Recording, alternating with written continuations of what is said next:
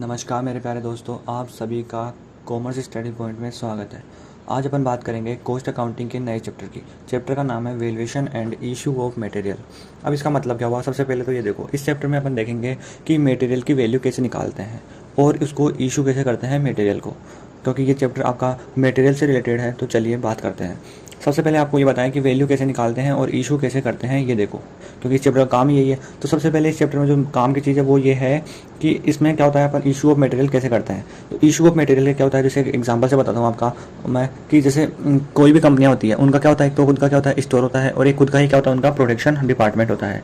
अब स्टॉक में क्या रहता है, खूब सारा क्या पड़ा रहता है, रॉ मटेरियल पड़ा रहता है।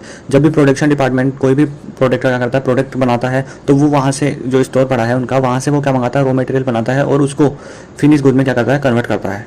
तो ये इसमें मतलब क्या हुआ, जो मतलब स्टोर रहता है कंपनी का, वहाँ पे तो आपको क्या पड़ा रहता है, स्टोर पड़ा रहता है। जबकि जो आपका प्रोडक्शन डिपार्टमेंट होता है कंपनी का, वहाँ पे आपका प्रोडक्ट बनता है रॉ मटेरियल से। अब जो स्टोर होगा वो क्या होता है कि एक साथ माल खरीद के रखता है, मतलब कि रॉ मटेरियल को रखता है। और रॉ मटेरियल ऐसे तो नहीं भाई कम रखेगा, क्योंकि कंपनी अच्छी होगी तो बढ़िया ग्रोथ करती है, तो उसको क्या रखना पड़ेगा, माल भी ज़्यादा रखना पड़ेगा। और ऐसा नहीं है कि एक साथ ही खरीद के रख ले, वो अलग अलग टाइम पे अलग अलग मंगाएगा। एक एग्जांपल से समझाता हूँ आपको मैं। जैसे मान लो अपन कोई कंपनी है किसी अपनी, अपन बनाते हैं आलू से चिप्स, यानी कि आलू की चिप्स बनाते हैं अपन। तो जो अपना स्टोर होगा वहाँ पे क्या पड़े रहेंगे, अपने आलू पड़े रहेंगे। तो जो स्टोर का अपन, जैसे अपन है स्टोर के क्या स्टोर कीपर, अपने को क्या रखना पड़ता है, अकाउंट मेंटेन रखना पड़ता है भाई, कब क्या क्या सामान मंगाया। तो इसके लिए क्या, जैसे मान लो मैं एक साथ तो आलू मंगा नहीं सकता क्योंकि खराब हो जाएंगे, एक साथ मंगा के रख लिया तो। जैसे मान लो मैंने पहले 200 किलो आलू मंगा लिए, अब वो आए थे अपने 10 रुपये किलो, ओके, तो वो पड़े हैं। फिर मैंने मंगाए 300 किलो और वो आए इस बार 15 रुपये किलो, तो मतलब इस बार महंगे आए। फिर मैंने बाद में मंगाए, वो मैंने मंगाए 200 किलो और मंगाए अगली बार, और वो आए इस बार कितने रुपए, 8 रुपये किलो ही आए, मतलब सस्ते हो गए। तो मतलब ये रेट होती है वो कोई भी क्या नहीं होती, एकदम फिक्स नहीं होती है, ऊपर नीचे होती रहती है। तो ये होता है स्टोर में कि भाई कि इसी से रेट का क्या पड़े, हमारे पास आलू पड़े हैं। अब जब प्रोडक्शन डिपार्टमेंट मंगाएगा, अपन यहाँ पे माल बेचते नहीं है, केवल प्रोडक्शन डिपार्टमेंट को माल बेचते हैं। जब प्रोडक्शन डिपार्टमेंट को अपन माल भेजेंगे तो उससे क्या बनेगा, प्रोडक्ट बनेगा। केवल अपने को ये केवल लेके रखने हैं कि भाई कि अपन ने उनको कितना माल दिया। अब क्वेश्चन, अब जब अपन बुक की इलिस्ट्रेशन एग्जांपल करेंगे तो वहाँ पे क्वेश्चन खुद बोलेगा कि आप इस मेथड से करो। टोटल आपके 10 मेथड है, फीफो, लीफो, हीफो, ऐसे करके आपके 10 मेथड है। क्वेश्चन जो बोलेगा उस मेथड से कर लेंगे, वो बात की बात है, वो मैं आपको नेक्स्ट क्लास में बताऊंगा कि भाई मेथड को कैसे काम में लेना है वगैरह।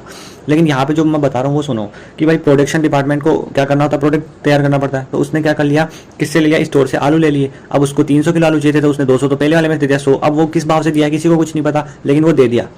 तो यही चलता है इसमें कि अपने को जो क्वेश्चन बोले उस आधार पर अपने को क्या निकालनी है, मटेरियल की क्या निकालनी है, वैल्यू निकालनी है, और इशू करेंगे मटेरियल को, यानी कि प्रोडक्शन डिपार्टमेंट को देंगे तो इशू करेंगे। आपको मैंने देखो एक एग्जांपल दिया है, इसमें आपको एक एग्जांपल ही है, इसमें मैंने आपको बताया क्वेश्चन कैसे आएगा। जैसे रिसिप्ट हो रखी है और एक साइड क्या हो रखा है, आपके इशू वाला हो रखा है, ओके। तो रिसिप्ट में क्या देखा, आपको डेट दे रखी है, किस रेट पे आए हैं अपने पास, रिसिप्ट यानी प्राप्त, अपन स्टोर कीपर है तो अपने को कितने में क्या प्राप्त हुआ है, किस तारीख को हुआ है वगैरह वगैरह। और अपन ने प्रोडक्शन डिपार्टमेंट को क्या क्या इशू किया, ये सारी चीजें भी इस एग्जांपल में आपको मैंने बताई है।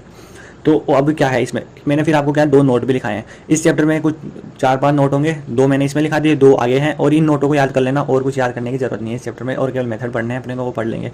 नोट नंबर फर्स्ट क्या कहता है कि भाई क्वांटिटी से क्वांटिटी आएगी, मतलब क्वांटिटी से क्वांटिटी आएगी। जब अपन एग्जाम्पल करेंगे ना तब आपको इन नोट की वैल्यू समझ में आएगी। और फिर दूसरा नोट है कि अमाउंट से अमाउंट आएगी, ये भी आपको मैं एग्जाम्पल में ही बताऊंगा, तो इनको आप अच्छे से याद कर लेना।